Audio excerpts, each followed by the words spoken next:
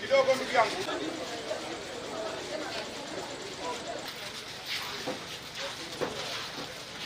Ukiona polisi mtu mwenye hapa amefanya kazi yake kwa muda mrefu mwenye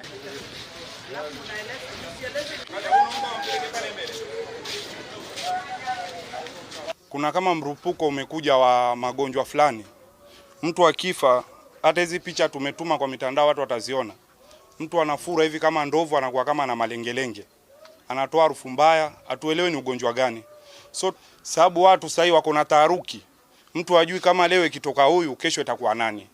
So tunaomba kama watu wa health waje wafanye research yao hapa, tujue ni mrupuko gani wa ugonjwa umeanza hapa eneo letu la Chani. Kuja kuangalia tukapata kweli amefariki kwa nyumba na amekaa kama siku kadhaa hivi, lakini ule mwili vile ulivyo umefurafura kama majipu vile, alafu iko na white hivi na unaharibika kabisa. So tukamchukua kapeleka Makadara, polisi wakaja wakampeleka. Baada kama masaa mawili hivi pia tukapata habari tena kuna mwingine pia yuko kwa nyumba, sababu harufu ndio inafanya watu wanajua.